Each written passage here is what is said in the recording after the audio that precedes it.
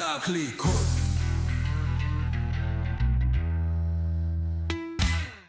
Ha do'stlar, Zavqli kun dasturi davom etyapti va bizning ilk suhbatdoshimizni tanishtirib o'tsam, Adolat sotsial demokratik partiyasi Toshkent viloyat kengashi raisi Gulnora Ahmedova. Assalomu alaykum Gulnora opa. Xush kelibsiz. Kayfiyatlar yaxshimi? Rahmat. Ko'rinish ham yaxshi.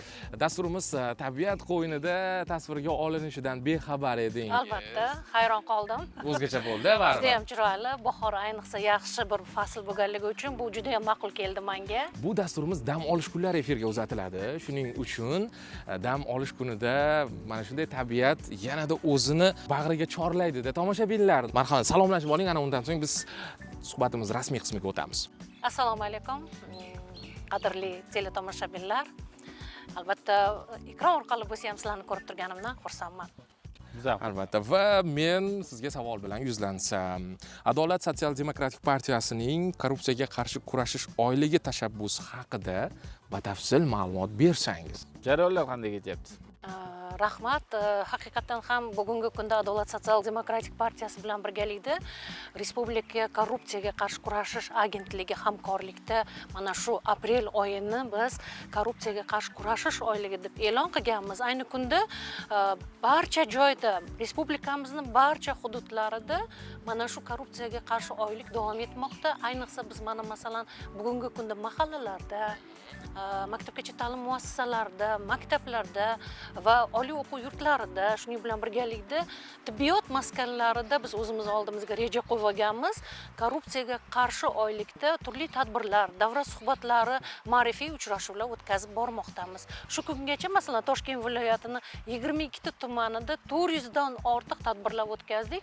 Bu har bitta mahallalarni, har bitta umumta'lim maktablarini qamrab oldi. Mana shu o'tgan haftada, bu haftada esa biz oliy o'quv yurtlari bilan hamkorlikda ishlayapmiz va mana shu talabalarni yangi kadrlar, bo'lg'usi kadrlarimiz korrupsiyadan xoli kadrlar, korrupsiyani doimo mana masalan ularga qarshi kurashadigan kadrlar bo'lib yetishishni istaganligimiz uchun ayni kunda talabalar bilan, pedagoglar bilan ishlab kelmoqdamiz. Albatta, mana aprel oyining yarmi ham ortda qoldi.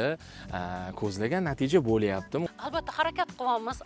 Eng asosiysi mana mahallalarda 7 lik bilan ishladik, bular bilan birgalikda va shu bilan birgalikda maktabda, umumiy o'rta ta'lim maktablarida o'quvchilar bilan ham va pedagoglar bilan, ularning ota-onasi bilan ham ishladik. Mana bilasizmi, bizani bu korrupsiyaga qarshi kurashish Adolat sotsial demokratik partiyasining ustaviga muvofiq bo'lgan. Bizning asosiy maqsadlarimizdan biri hisoblanadi. Biz ilgaridan bu targ'ibot tashviqot ishlarini olib boramiz.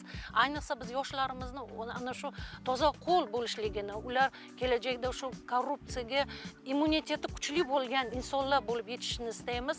Biz mana shu davralarda, davra suhbatlarida juda ko'p yoshlarning savollariga javob berishga harakat qilyapmiz. Yoshlarimiz ayniqsa juda ham faol va o'zlarining kelajakda pozitsiyalarini belgilay oladigan darajada aqlli, xushli yoshlardir. Albatta, juda ham ajoyib. Uzoq yillardan buyon mana shu illatga qarshi kurashib kelinyapti. Yo'q qila olmayotgan bo'lsak-da, ko'rsatkichlar o'sha o'sib boryapti, yaxshi tomonga, to'g'rimi? Qanday zamonaviy uslublardan foydalanyapsiz? Demak, bugungi kunda biz mana masalan mana shu oylik munosabati bilan aholini juda keng qatlamlarini qamrab olishga harakat qilyapmiz.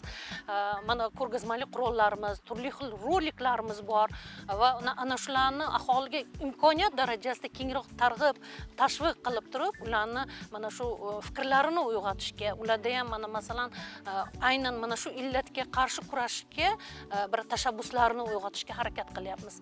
Bilasizlarmi nima? Mana shu 5-martda davlatimiz rahbari juda bir chiroyli iborani ishlatdilar. Ya'ni bu mana shu saraton kasalligiga tenglashtirdilar aynan mana shu korrupsiyani. Albatta bu illatni. Chunki haqiqatdan ham korrupsiya bu bizani taraqqiyotimizga kushanda, bizani rivojlanishimizga bir kushanda bo'lgan narsaki, saraton kasalligi ham aynan shunaqa. Shuning uchun ham biz mana masalan prezidentimizni har bitta mana shu ma'ruzalarini tingladik. Unda 55 dan ortiq tashabbuslar bo'ldiki, mana shu tashabbus asosida dasturul amal sifatida foydalanishimizni o'zi ham bizga juda katta kuch-quvvat bermoqda. To'g'ri, maktablarda ko'p o'sha tadbirlar uyushtiriladi, lekin meni fikrim balkim bir darslik qo'shish kerak ekan bolalarga. Juda to'g'ri bir fikr bo'ldi. Buni ham albatta o'ylab ko'rish kerak. Darslik bo'lsa ham bir ma'lum bir vaqtda, ayniqsa o'sha yoshlar endigina ulg'ayib kelayotgan paytda biz hattoki mana shu dasturimizga maktabdan, hattoki ta'lim muassasalari, bog'chalardan boshlashni, qanaqadir bolalarga xos bo'lgan O'yinlar orqalimi, multfilmlar orqalimi? Bor albatta. Kelajakda albatta amalga oshdi. Albatta qush inida ko'rganini qiladi deydi-ku, oilaviy muhitni ham ta'siri bor bu yerda deb o'ylayman. Shuningdek ota-onalarga ham eslatma o'rnida buni aytib o'tish kerak. O'sha farzandlarni yoshligidan ham nimadir ish qilishini evaziga nimadir taklif qilish odatini yo'qotish kerak. Agarda uxlasang, shokolad yeysan yoki bo'lmasa ovqatingni oxirigacha yeb qo'ysang, undan keyin telefonimni beraman. Shu nimanidir evaziga nimadir qilishga o'rgatib qo'ymayaptimi yoshlikdan bolalardan. Shuning uchun ota-onalar bilan ham bir yaqindan bir shu yo'nalish bo'yicha ishlashga shu rejalarni ham amalga oshirish kerak. Menimcha bolaga baribir rag'batlantirish kerak-da. Bu boshqa narsa menimcha. Balki o'ylab qaraganda hayotdagi mana shu ba'zi bir kamchiliklarni o'ylab ko'rish kerakdir. Chunki biz mana masalan aytamiz-ku, rag'batlantirish bu poraga kirmaydi. To'g'rimi? Lekin qaysidir bir o'rinda qanaqa qilib rag'batlantirishni o'rgatishimiz kerak. To'g'ri yo'nalish berish va me'yorida bo'lishi kerak. Me'yorida bo'lishi kerak. Chunki haqiqatan ham sen nimadir qilsang, men senga shuni beraman degandagi bu noto'g'ri tushuncha. Aksincha, sen qanchalik yaxshiroq harakat qilsang, yaxshi natijaga erishasan degan fikrlar. Men ham sen uchun yaxshiroq harakat qilaman.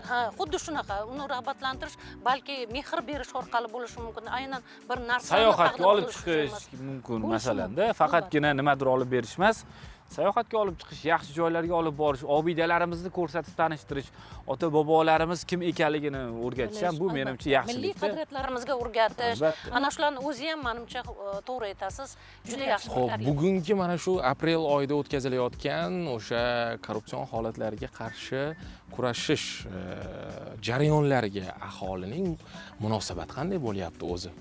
Aholimiz befarq emas, eng muhimi, loqayd emas. Chunki biz bilamizki, loqaydlikdan juda ko'p illatlar kelib chiqadi. Shuning uchun ham biz aholi o'rtasida ishlaganimizda bevosita xonadonlarga ham kirib boramiz. Va ana shu kirish jarayonida, ular bilan suhbatlashish jarayonida mana xuddi hozirgiga o'xshab ular ham o'zlarining takliflarini bildirib borishmoqda. Masalan, mana bunday bo'lsa, mana bunday bo'lgan bo'lar edi degan o'zlarining takliflarini bildirishadi. Yoki bo'lmasam biz yoshlar o'rtasida so'rovnomalar o'tkazmoqdamiz. Korrupsion holatlarga yoki bo'lmasam mana shu illatni yo'q qilish uchun nimalar qilishimiz kerak deb. Mana shunday jarayonlarda biz ulardan juda yaxshi takliflar olmoqdamiz. Chunki kelajakda bu takliflarni olish orqali yanada ishimiz rivojlanishi mumkin. Biz yanada buni natijaliroq ishlashga harakat qilishimiz mumkin. Shuning uchun ham mana masalan prezidentimizning ana shu 5-martdagi o'zlarining alohida tashabbuslari haqida gapirdim. Bu joyda aytilganki, juda ko'plab normativ hujjatlar ishlab chiqariladi korrupsiya bo'yicha. Aynan o'sha paytda takliflar kerak bo'ladi. Biz ana hozirgi paytda o'tkazayotgan so'rovnomalarimiz. Shu bilan birgalikda mana parlament hamda quyi mahalliy deputatlar ham bunga befarq qarash kerak emas. Umuman aholini har bitta qatlami bu narsaga e'tiborsiz bo'lmasligi zarur. Chunki bizning niyatimiz kelajagimizni aynan o'sha korrupsiyasiz va korrupsiyaga murosasiz sharoitda yashashni, farzandlarimiz ana shu sharoitda ulg'ayishini istaymiz. Albatta, va o'ylaymanki, o'sha mana shu aprel oyidan so'ng ham bunday tadbirlar davom etadi.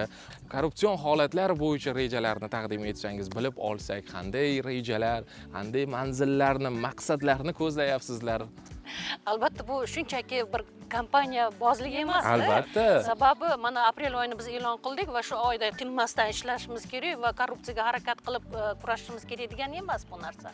Kelajakda bizani men yuqorida aytganimdek mana prezidentimizni shuncha 55 ta tashabbuslari, shu bilan birgalikda bizani o'zimizni Adolat partiyasini maqsadlari shundan iboratda. Shuning uchun ham bu jarayondan biz hech qachon chekinmaymiz va har doim ham mana shu dasturlarimizda ham, har bitta davra suhbatlarimizda ham va o'zimizni xatti-harakatlarimizda ham mana shu o'rnak bo'lishga va doimo aholi o'rtasida, yoshlar o'rtasida targ'ibot, tashviqot ishlarini olib borishga harakat qilamiz. Albatta, bizning ijodiy jamoa ham bunda yaqindan ko'maklashadi. Aynan mana shu tadbirlarni tasvirga yoritishda, aholiga yetkazishda xizmat qiladi. Kelganingiz uchun rahmat, ajoyib bir kerakli ma'lumotlar uchun rahmat deymiz. Siz bilan mana shunday tabiat qo'ynida, ana shunday mavzuda suhbatlashdik. O'ylaymanki, yurtdoshlarimizga yana ham tiniq, ravon fikrlarimiz yetib bordi. Xayrlashuv chog'ida aytar so'zlar bo'lsa, tavsiyalar bo'lsa, marhamat. Avvalo mana shu bugungi taklif uchun juda ham katta rahmat. O'ylaymanki, mana shu bizani fikrlarimiz, bizani xatti-harakatlarimiz va bizani takliflarimiz, tashabbuslarimiz aholiga ma'qul kelmoqda. Biz ayniqsa nafaqat Toshkent viloyatida, butun bir respublikada Adolat sotsial-demokratik partiyasi o'zini sa'y harakatlarini amalga oshirmoqda va biz albatta natijalarga erishamiz. Bunga juda ham katta umidlarimiz bor. O'ylaymizki, aholi ham, yoshlar ham bizani bu jarayonda qo'llab-quvvatlashadi. Albatta, rahmat deymiz va navbatni qiziqarli lavhaga beramiz. Birgalikda tomosha qilamiz, ana undan so'ng navbatdagi suhbatdoshlarimizni qarshi olamiz. Nurafshon TV telekanali Zavqli kun dasturidan uzoqlashmang.